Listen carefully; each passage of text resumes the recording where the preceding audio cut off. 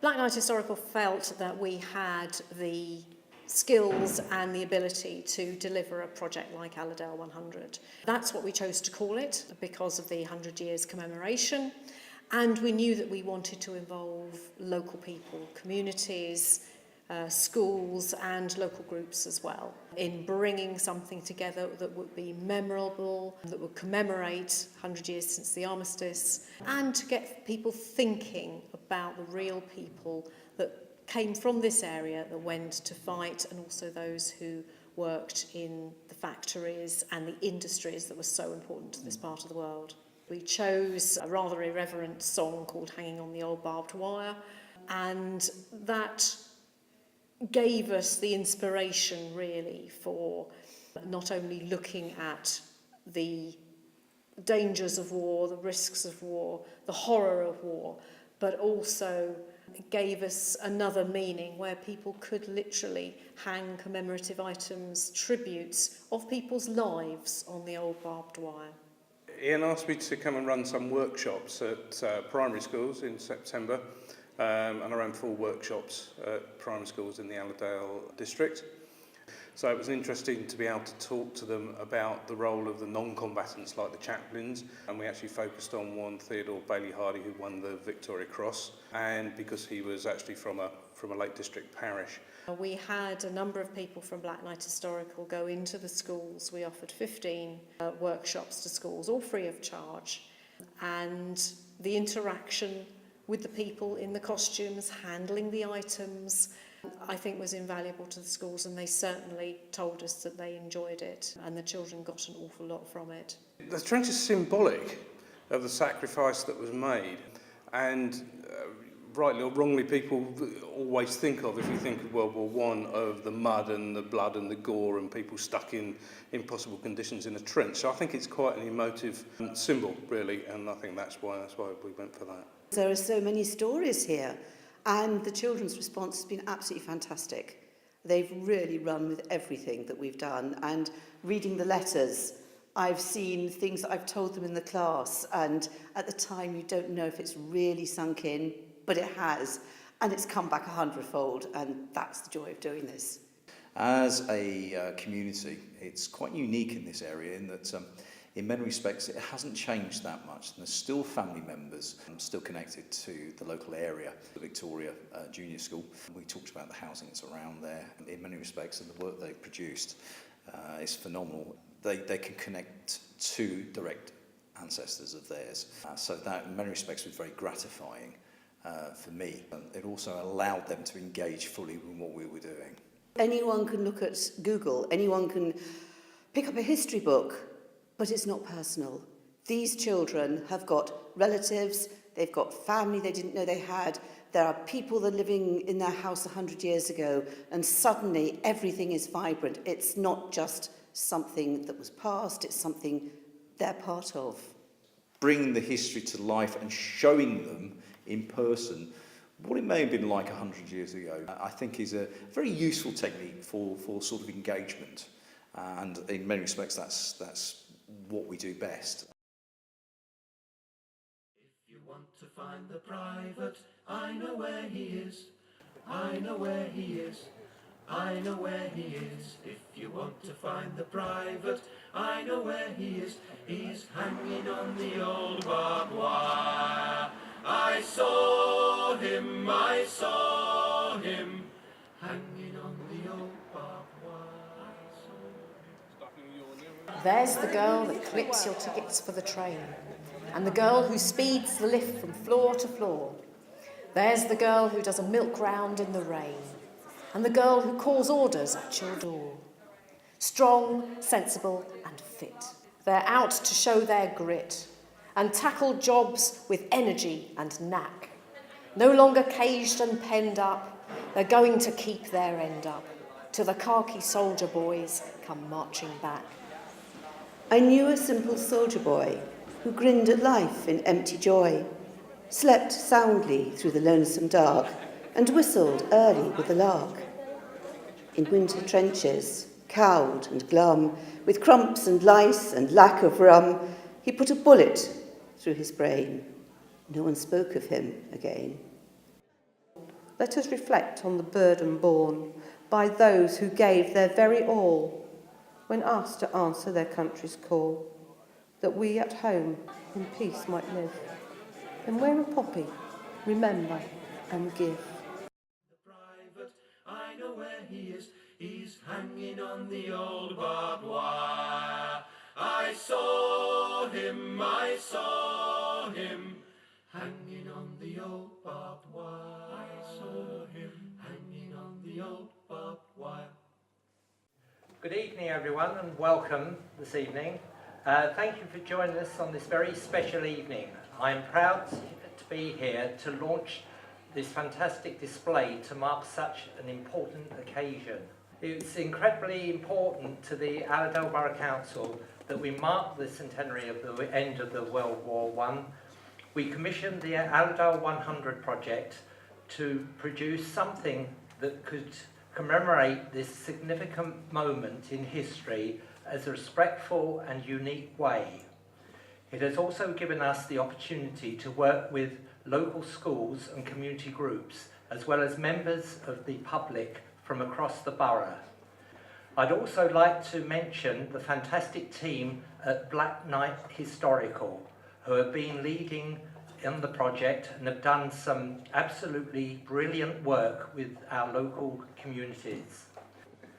I'd now like to introduce you to Molly Housego from Black Knight Historical, who's going to explain the concept of the project and how it has been created. Thank you very much. Thank you for your kind words as well, and thank you all for coming tonight. This means a lot to the young people who have put in so much effort, and other people as well, to make this a truly community-based commemorative project. When we first heard about the project, and I have to confess that I was initially a little sceptical about how it could be managed. We are based in Norfolk, Black Knight Historical, but we work all over the country, and we have years of experience of working on a variety of historical projects. And commemorations and remembrance are another thing that we do. We have vast experience as well in working in schools, and we could see immediately what we could do with this particular project to make it meaningful to the people within Allerdale Borough and to encourage that community involvement. And not just a project that is focused on poppies and remembrance and looking at the people who died, but the people who lived through that time of war as well in the local area. And our costumed historians and educators went into the schools and gave sessions to the children, and this is from nursery schools upwards. Now, it's a very difficult concept to try and grasp when you are 5 years old. And of course you have to broach it in such a way that shows that you are looking at the people, the surroundings and life at the time, life 100 years ago. And the children rose to the challenge, and children as young as 5 and older children as well, and we're very pleased tonight to have some of the children making their presentations to the art installation, and we have some performances as well to show you.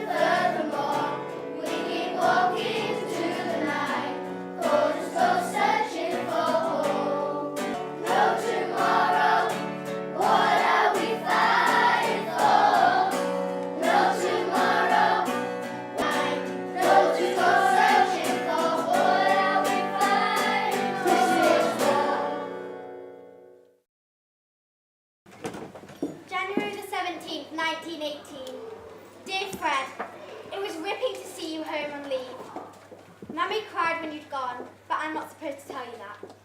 All the children collected 61 eggs today, and our group collected 28 of them. Mr. and Mrs. Hardwick looked really small too somehow. Tomorrow, Celia said she was going to tie herself to the bridge on Main Street. I'm sending you lots of love.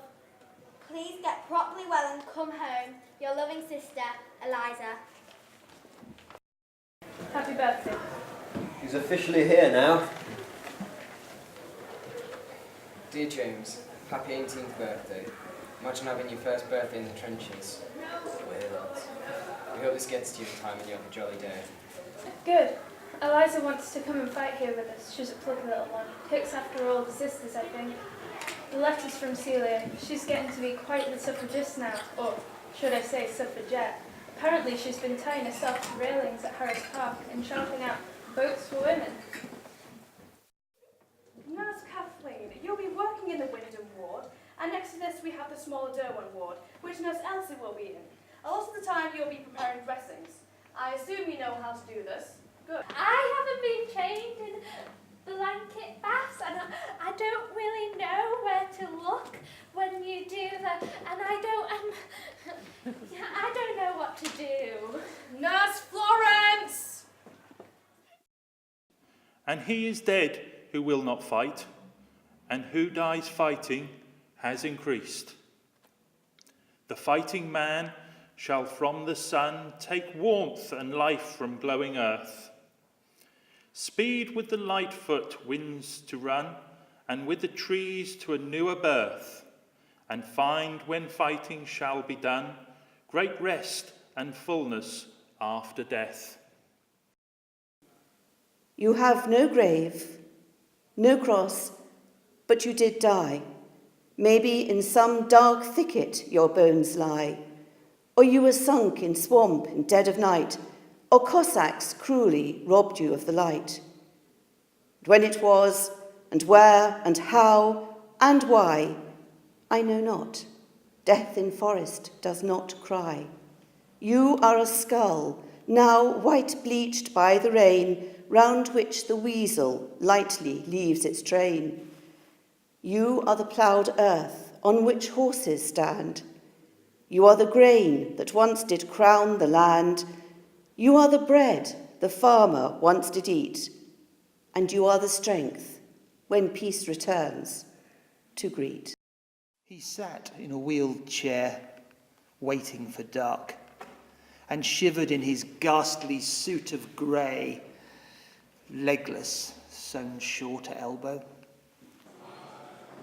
Through the park, voices of boys rang saddening like a hymn, voices of play and pleasure after day, till gathering sleep had mothered them from him. About this time, town used to swing so gay, when glow lamps budded in the light blue trees, and girls glanced lovelier as the air grew dim in the old times before he threw away his knees. Now he will never again feel how slim girls' waists are. In some smothering dreams you two could pace behind the wagon that we flung him in, and watch the white eyes withering in his hanging face, like a devil's stick of sin. If you could hear, at every jolt, the blood come gurgling from his froth-corrupted lungs, obscene as cancer, bitter as the cud, of vile, incurable sores on innocent tongues. My friend, you would not tell with such great zest to children ardent of some desperate glory, the old lie, dulce et decorum est pro patria mori. Now he will spend a few sick years in institutes and do what things the rules consider wise, and take whatever pity they may dole. Tonight, he noticed how the women's eyes passed from him to the strong men that were whole. How cold and late it is. Why don't they come and put him into bed? Why don't they come? That sure did sound like an awful fight. But your son, did he come home all right? A tear rolled down each faded cheek. She shook her head but didn't speak. I slunk away in sort of shame. And if you'd been me, you would have done the same. For our thanks in giving is oft delayed, though our thought of freedom was bought and thousands paid. And so when we see a poppy worn, let us reflect on the burden borne by those who gave their very all when asked to answer their country's call, that we at home in peace might live. And wear a poppy, remember and give. In Flanders fields the poppies blow, beneath the crosses row on row that mark our place, and in the sky the larks still bravely singing fly, scarce heard amid the guns below. We are the dead. Short days ago we lived, felt dawn, saw sunsets glow, loved and were loved, but now we lie in Flanders fields. Take up our quarrel with the foe, to you from failing hands we throw the torch, be yours to hold it high. If ye break faith with us who die, we shall not sleep, though poppies grow in Flanders fields.